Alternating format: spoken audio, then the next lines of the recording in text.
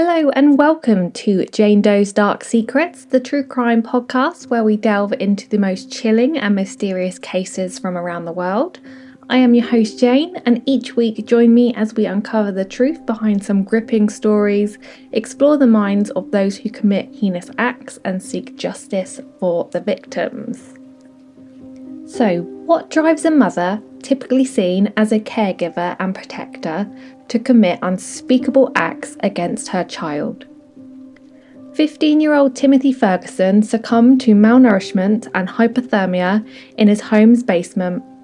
Police uncovered the horrific torture inflicted by his mother and her accomplice, Timothy's brother.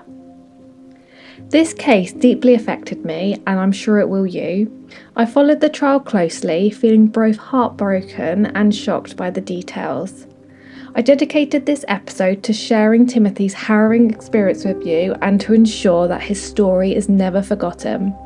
But just a warning, this case will be a very difficult one to listen to. The tragic murder of Timothy Ferguson occurred in Norton Shores, Michigan, USA. Norton Shores is a city located in Muskegon County, known for its suburban feel and proximity to Lake Michigan.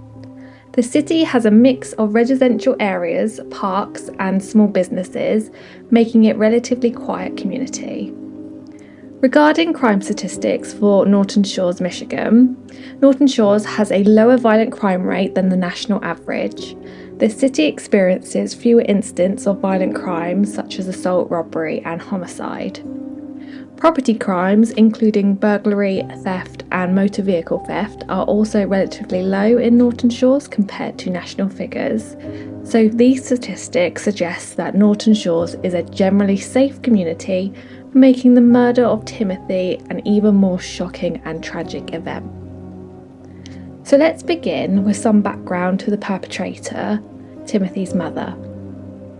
Shanda Vander Ark seemed to be a successful and ambitious woman who overcame many challenges in her life. However, behind the scenes, she was hiding a dark and cruel secret. Shanda was born on September 25, 1979, in Muskegon, Michigan. She attended Huntsville's High School and graduated in 1997. Shanda married Eric Ferguson, a truck driver from Oklahoma, in 2002. They had 4 children together: Paul, Nolan, Millie, and Timothy. Timothy was the youngest child, born in 2006.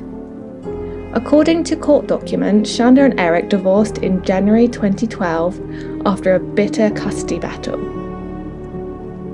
Shanda voluntarily waived all of her parental rights and signed them over to Eric, who was granted full custody of their 4 children. Court documents state she was told she would have her parental rights terminated if she didn't relent them, and she was only allowed supervised visitation, which consisted of spending only 3 hours a month with her children, which would crucify a loving parent. However, something changed in May of 2021 when Shanda moved to Michigan with Timothy living behind her ex-husband and her other 3 children in Oklahoma. She claims that Eric had asked her to take Timothy because he was having a hard time handling him. However, Eric and the authorities have denied this. Shanda then married another man called Adam Vander Ark, and they had a child together called Gabriel.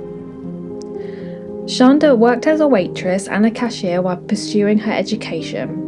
She earned a bachelor's degree in criminal justice from Liberty University in 2018 and a law degree from Cooley Law School in 2023. Shanda was in the top 2 of the highest accomplished students, which demonstrates she has a high intelligence and a really in-depth knowledge of criminal law. Okay, let's go on to talk about Timothy. So Timothy Ferguson was born on the 6th of August 2006. He was diagnosed with autistic spectrum disorder and attention deficit hyperactivity disorder. Other family members reported him as a sweet and loving boy who enjoyed playing video games and watching cartoons. I will post some photos of him on Instagram, and this will be all on YouTube, so please have a look at this gorgeous boy. However, Timothy suffered unimaginable pain and suffering at the hands of his mother Shanda, who treated him like a prisoner and a slave in his own home. I'm not a mother, and due to medical reasons, I will never be able to have children. Yet, I, and I imagine the majority of the human population, would all know children deserve unconditional love and care, especially if they have a disability and are potentially even more vulnerable and require additional support. Going back to 2012, Shanda Vander Ark was the subject of child abuse investigations in Oklahoma, but evaded having her parental rights terminated by agreeing to vacate the family home. She had 18 different addresses spanning multiple states before moving to Norton Shores. Timothy and his father apparently moved to Norton Shores in May 2021, and then Eric apparently left Timothy in Vander Ark's care. Perhaps he didn't care what could happen to his son, or perhaps he was unaware of what he was leaving his son with. Either way, it wasn't long before Vander Ark began to abuse Timothy. Disgracefully, she even ordered her older son Paul to participate in the abuse. Punishments were handed out to Timothy for his apparent bad behaviour, and this is something I personally really struggle with. Behaviour is a form of communication in anyone, but especially children, and a child who is demonstrating challenging behaviour is trying to communicate their unmet needs. The sorts of punishments these two abuses handed out to Timothy were extremely disgusting. Vander Ark would hold back food, would force Timothy to take ice baths, and he would be hit and burned. Timothy would also be restrained and subject to prolonged standing, among many other things, which we will go on to hear about shortly. Just a quick note to say that I will be referring to Shanda as Vander Ark from now on, as I really hate this woman and I don't want to be so familiar with her. Timothy was homeschooled, which Vander Ark states is because of his disabilities. However, it was most likely a disguise for her to continue the ritual abuse without getting caught. There is a lot of talk about this in the media currently in England, about the dangers of homeschooling, as abuse can go undetected, such as cases of Shara Sharif, which have highlighted the risks involved with schools and authorities having no contact with children. So how did Timothy's case get uncovered? On the 6th of July 2022, shortly after 6:37 a.m, officers from the Norton Shores Police Department responded to a distress call from Timothy's older brother Paul. At the scene, authorities reportedly located the deceased teen victim in the property's basement. It was 15-year-old Timothy Ferguson, who was reported to be very frail and wearing an adult nappy. Vander Ark can be seen on police body cameras putting on a terrible, dramatic performance of how Timothy fell off the top of his bunk bed, and she knew Timothy was underweight, but she had tried so hard to help him and support him to eat more. She went on to say that she thought Timothy was doing better, and she had asked him if he was okay, and he said he was. She made excuses such as how Timothy wears baggy clothes and won't let her touch him, so she didn't know the full extent of his condition. Please watch the body cam footage of Vander Ark. I will put a link in the description, and you can see her sitting on her porch wailing, but no tears are actually falling.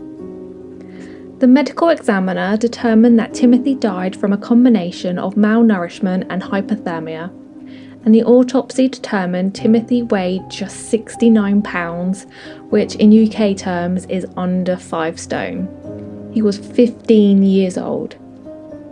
Timothy's body was covered with bruises, scars and burns. The autopsy also revealed that he had multiple organ failure, pneumonia and a blood infection. His death was ruled a homicide by starvation and neglect. Upon further investigation, authorities reported that Timothy's mother, Vander Ark, subjected Timothy to ice baths as a form of punishment for his apparent bad behaviour, and he was given an ice bath the day before his death. Vander Ark was arrested on the 7th of July 2022 and charged with the homicide of Timothy. She remained held in Muskegon County Jail without bond until her trial, which started in November of 2022. Prosecutor Matt Roberts reportedly told the judge, "The investigation subsequently revealed that Vander Ark had a number of punishments that frankly were just beyond the pale in terms of what should be administered to a child." Roberts added, "Most notoriously, the denial of food to the child, or feeding the child nothing but bread, or bread soaked in hot sauce, and having hot sauce poured down the child's throat, and placing the child in an ice bath." The report continued, "According to Michigan Live, the victim's father lives in Florida and did not know about the alleged abuse. A 7-year-old child, along with a 20-year-old, reportedly lived in Vander Ark's home, but they did not suffer abuse." Further investigation of Vander Ark's frankly dirty and cluttered home revealed that Timothy was forced to sleep on a blue plastic tarp in a closet under the stairs, which was locked with an alarm at night, so Timothy had no access to a bathroom, and he would be punished if he had an accident. When Timothy was allowed to use the bathroom, he was timed and he was only allowed 5 minutes. Imagine timing all your bowel movements. I bet you would go over the 5-minute mark. Vander Ark monitored her sons with 5 surveillance cameras in the home while she was at work and instructed her older son Paul to abuse Timothy over the speakers and by text. Vander Ark and Paul set up their work schedules to keep Timothy under constant surveillance. Vander Ark instructed Paul to keep Timothy awake by making sure he was uncomfortable and throwing cold water on him. Also by leaving the light on to prevent him falling asleep. Other so-called punishments Paul carried out on Timothy included cold showers, forced vomiting, excessive exercise, and prolonged standing. Timothy was regularly restrained with zip ties and shackles as well. Vander Ark instructed Paul what to feed Timothy. He was deprived of food, and between January 2022 and in his death in July in 2022, he was only fed with bread and hot sauce, or rice and hot sauce. The refrigerator door was kept locked to prevent Timothy from accessing any food. Vander Ark instructed Paul to force feed Timothy with hot sauce, with a severely painful burn as punishment for stealing any food that he didn't need, according to her. It was revealed in text messages that Vander Ark also instructed Paul to torture Timothy by pouring hot sauce onto his genitals. Paul reported that he refused, however, we will discuss this a bit more later on when we talk about the trial. Shortly before Timothy's death, Vander Ark instructed Paul to taunt Timothy with pizza rolls to see if he was still coherent. When Timothy tried to take the pizza roll, she instructed Paul to take it away. Don't forget that Timothy only weighed under 5 stone at the time of his death, and you could see his ribs through his skin. Vander Ark and Paul noticed that Timothy was shaking and struggling to walk, but they dismissed those symptoms as fake. The day before his death, Timothy was incoherent and unable to respond. At his mother's instruction, Paul subjected Timothy to another ice bath for 9.5 hours. Vander Ark told Paul that she was determined to outlast Timothy. What an absolutely evil bitch this woman is. Paul then struck Timothy several times on the head and dropped him on his head after removing him from the 9.5-hour ice bath. Timothy then finally died as a result of his prolonged suffering and torture the following morning. He died of dehydration, malnourishment, and hypothermia. I hope everyone is okay. Again, I feel it's important that we tell Timothy's story so he's never forgotten, and it might prevent this happening to another child. Vander Ark was arrested and charged with 1 count of each murder and first-degree child abuse the day after Timothy was discovered on the 7th of July 2022. Her trial began in November 2023 and lasted for 3 weeks. The prosecution presented evidence and testimony from police officers, forensic experts, and medical examiners, also Timothy's siblings who witnessed some of the abuse. The defence argued that Vander Ark was mentally ill and suffered from post-traumatic stress disorder, depression and anxiety, and that she did not intend to kill her son. I think this is absolutely bullshit of an excuse, and it's downright offensive to all the millions who are suffering with mental health conditions and who would never even think of doing the barbaric acts that Vander Ark did to her child. At the trial, the prosecutors shared the chilling text exchange between the two that offered a glimpse inside their house of horrors leading up to Timothy's death. In one text exchange from the days before, Paul detailed taunting his younger brother with a frozen pizza roll as he struggled to stay coherent. Vander Ark told Paul to take the pizza roll away if Timothy tried to eat it, but to reward him with a treat if he could sit up by himself and remain sitting upright. Paul then subjected his younger brother to a grueling 9-hour ice bath, and the coroner's report later found that his cause of death was hypothermia as well as malnourishment, where he was starved down to just 69 pounds. The average healthy weight for a 15-year-old male is 145 pounds. As Timothy shook and clung for life, the surveillance cameras Vander Ark placed around the home captured their callous actions as Vander Ark dragged Timothy back into his small closet bedroom, screaming at him that he was pathetic. He was covered with just a tarp for a blanket, and his eyes were seen as open but unmoving, which prosecutors believed was the last time he was alive. Timothy's autism also included speech and movement issues, was blamed by the mother's attorneys for her heinous treatment of him, such as locking him away in a tiny closet bedroom if he kept her up at night. To punish him for keeping her awake at night, she would force Timothy to remain awake for days on end, with one of the texts showing her ordering Paul to dump cold water on him to keep Timothy from falling asleep. During the trial, Vander Ark took the stand and testified in her own defence. She claimed that she had loved her son and tried to help him, but that he was a difficult and defiant child who refused to eat and follow instructions. She also said that she was overwhelmed by the stress of being a single mother, a student and a worker, and that she did not have any support from her family or friends. She denied abusing her son and said that his injuries were caused by accident, self-harm or his siblings. However, her testimony was contradicted by the evidence and the witnesses who painted a picture of a cold and cruel mother who tortured her son for no reason. The prosecution also showed the text messages that Vander Ark sent to her husband, Adam Ferguson, who was in prison for drug charges, in which she complained about Timothy and expressed her hatred and resentment towards him. I do question how she was able to text her husband when he was in prison. Timothy wasn't allowed to access the fridge, which was locked up by the aforementioned mother and son duo. As a result, Timothy was only allowed to eat bread or bread with hot sauce. The distressing text between the pair revealed how the mother had considered putting hot sauce on her son's genitals as a form of punishment. She said, "I wonder how it would feel to have hot sauce on your private parts. I'm not saying touch him there, not at all, but dripping a little bit there. That is horrible." Who even thinks of doing things like that? What a twisted bitch. "He looks like that when you put him in the bathtub," said prosecutor Matt Roberts after slapping several pictures of Timothy's bruised and severely wasted body in front of Vander Ark and the jury. Vander Ark immediately raised her hand to her mouth and gagged while looking at the photos of her son, before vomiting into a rubbish bin beneath the stand.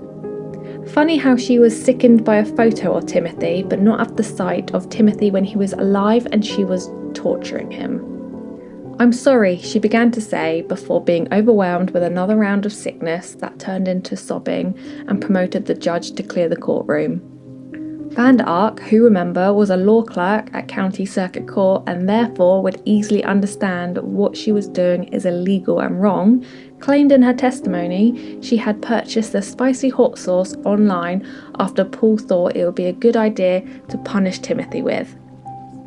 The judge denied that Timothy's death was negligence or something of the sort. Vander Ark had a goal, he said. Without him, you would have no one to torture.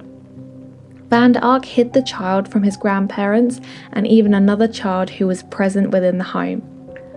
She even made sure to close the garage doors when making Timothy clean it without any pants. When it was discovered Vander Ark had relented on a threatening punishment to make Timothy drink salt water, it was not because it was wrong, it was because she did not want to give him an excuse to sit on the toilet from diarrhea, the judge said. This was your justification, he said, not that it would hurt him.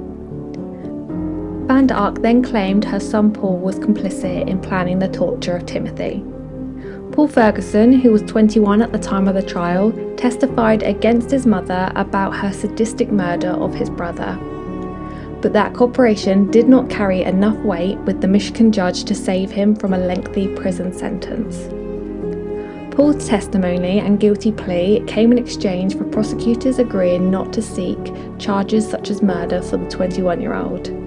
Paul claimed he was also a victim and was suffering something close to Stockholm Syndrome. I desired to find a role model that, due to my own low self-esteem, I would do anything to make them proud of me, Paul said. I asked the judge for nothing more than mercy and fairness, to offer me compassion so I might learn from this. What reasons can I justify my actions? I can make up 1,000 and never believe one. What words can voice my regrets? I can think of millions and yet never feel it's enough. If I could do it all again and do it right, I would. I feel I will pay for my choices and yet never feel better because he's still gone. Judge Casel described Paul as a near psychopath and said he believes the 21-year-old is just as bad, if not worse, than his mother. The judge said Mr. Ferguson is trying to shift the blame from himself to his mother and say that somehow, if it wasn't for her, he wouldn't have done this, or she's the one that did this all. The prosecution stuck to the terms of the plea agreement and asked the judge to stay within the sentencing guidelines. But while acknowledging that the presenting report described Paul as having a traumatic upbringing, prosecutors pointed to analysing, stating that Paul possibly had an antisocial personality disorder and that if it was not addressed, he would be a danger to the public moving forward. The state called it frankly scary that Paul seemed to abuse Timothy independently of his mother. Paul's defence painted Vander Ark as the primary abuser, arguing that as law school graduate with top academic performance, she had a greater capacity than her son to understand the right and wrong of what she was doing. Paul and his other siblings were victims of their mother dating back years, living in an environment of abuse and imposed secrecy, the defence argued. Paul himself was isolated from peers and had no meaningful contact with people outside of his home, the defence said. Once the gravity of the situation sank in, Paul showed remorse, confusion as to how he could have done this, and recognition of what it was wrong, the defence said. Judge Casel said, however, the text between Vander Ark and Paul showed a collaborative effort in abusing Timothy. Available evidence showed Paul being described as a bully who enjoyed tormenting his brother. He said he did not believe that Paul was sorry. Instead, the 21-year-old defendant is sorry about being caught, the judge maintained. Judge Casel emphasised that Paul had a job and could have brought food home to Timothy. He could have sought help and could have gotten him out of the home, and you chose not to. Timothy's other two siblings, Millie Ferguson and Eric Ferguson Jr., spoke on Timothy's behalf in the court before sentencing. There's no fixing what's been done, Millie said. She voiced regret that she had not put aside her differences with her mother and Paul Ferguson so that she could check in on Timothy. Her brother Eric Jr., who goes by Nolan, said that he was living with his wife when he got a phone call that his baby brother was dead. For both siblings, grief is an ongoing challenge. I will always love Timothy, I always have, Nolan said. They both ask that their mother spends the rest of her life in prison. And I want the world to know that Timothy was wanted, if not by her, then by me, Millie Ferguson said. Prosecutor Matt Roberts told the judge he made a point to stand by the siblings' side as they delivered their victim impact statements. He said that Vander Ark never looked up at her children as they spoke. He argued that she had stopped thinking of her children as human, as they are not people to her, he said. Vander Ark declined to speak when asked. At the end of the hearing, Judge Kiesel showed the court a picture of a smiling, healthier-looking Timothy. The judge said that he was choosing not to remember him as dead-looking, like a Holocaust victim, but instead remember him as a beautiful child with a lot of life in his eyes. The County Circuit Court jury deliberated for just over an hour before convicting Vander Ark, age 44, of the death of her teenage son, Timothy Ferguson. Vander Ark was still apparently feeling sick and was not in the courtroom when the jury reached its verdict. She is a coward and she should have been forced to sit through and listen to all of the evidence of the sadistic acts she inflicted onto her child. Her attorney, Fred Johnson, argued his client did not grasp the harm she caused her son and did not know that he was starving to death. However, the prosecutor, Matt Roberts, disputed that notion and said that she tortured her son by feeding him hot and putting him in ice baths, depriving him of sleep and locking the refrigerator and the food cabinets. She killed him, she starved him to death, Roberts said. The judge sentenced Vander Ark on January 23, 2024 to 50 to 100 years in prison for child abuse and life without parole for her son's murder. As he read the sentence, the judge noted that he sentenced Vander Ark above what the guidelines set out. The court finds that the amount of torture that I have indicated justifies a reasonable grounds to depart from the guidelines, he said. For Paul Ferguson's sentencing, the judge again steered clear of the sentencing guidelines, which a 9 to 15-year sentence was advised. Instead, he issued Paul of a sentence of a minimum of 30 years and a maximum of 100 years. To which prosecutor Matt Roberts further recommended a mental health treatment for the 21-year-old while he served his time in jail, since he could be a risk to the public if he was ever released. The case of Shanda Vander Ark and Timothy Ferguson has sparked outrage and sadness among the public, who have expressed their sympathy for the victim and their disgust for the perpetrator. Many people have questioned how such a horrific crime could have gone unnoticed and unreported for so long, and how the system failed to protect a vulnerable and innocent child. Some have also called for more awareness and education on child abuse and mental health issues, and more support and resources for families in need. While there were no legal changes directly attributed to Timothy Ferguson's case, it did contribute to a broader awareness of better protective measures for vulnerable children. So I will list some general changes and trends in the legal system related to child protection and abuse prevention. So high cases like Timothy's have led to increased public awareness about child abuse and the importance of reporting suspected abuse. This has resulted in more stringent reporting requirements for educators, healthcare providers and other professionals who work with children. There has also been a push for better training for those who work with children, including teachers, social workers and law enforcement officers, to recognise and respond to signs of abuse more effectively. Many US states have strengthened their child protection laws, increasing penalties for child abuse and neglect, and improving the processes for removing children from abusive environments. There has also been a growing emphasis on providing support services for families at risk of abuse, including counselling, parenting classes, financial assistance to address underlying issues that may lead to abuse. And then finally, advocacy groups have continued to push for policy changes at both the state and federal levels to improve the child welfare system, including better funding for child protective services and more comprehensive support for children with disabilities. Timothy's case is one of the most shocking and disturbing examples of child abuse and murder in recent history. It is a reminder of the evil and cruelty that some people are capable of and the suffering and pain that some children endure. It is also a call for action, for more intervention and for more love and kindness to prevent such tragedies from happening again. And I can honestly say that I hope Shanda Vander Ark is having a torturous time in prison as she rots her pathetic life away. The house where Timothy was killed has also been demolished.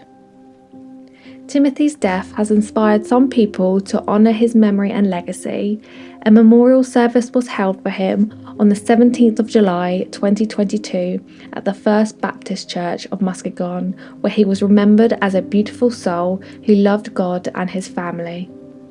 Timothy is buried in Sunset Memory Gardens in Mint Hill, North Carolina, the USA. A GoFundMe page was set up by his aunt, Shanda Vander Ark, to raise money for his funeral expenses and for his siblings' education and therapy. A Facebook group called Justice for Timothy Ferguson was created by his cousin, Shanda Vander Ark, to share updates on the case, to advocate for justice and change, and to keep Timothy's memory and beautiful smile alive. If you have made it this far, thank you so much for joining me and letting me share the tragic and painful story of Timothy Ferguson. If you found this episode compelling, please follow Jane Doe's Dark Secrets for more true crime stories that uncover the hidden truths behind some of the world's most chilling cases. Don't forget to follow me on Instagram at the Jane Doe PCast for updates and behind the scenes content and to share your thoughts on today's episode. Or you can head over to YouTube at Jane Doe's Dark Secrets for visuals alongside the podcast. Let me know in the comments what other dark secrets you'd like me to uncover in future episodes. Until next time, guys, stay curious and stay safe. This is Jane signing off.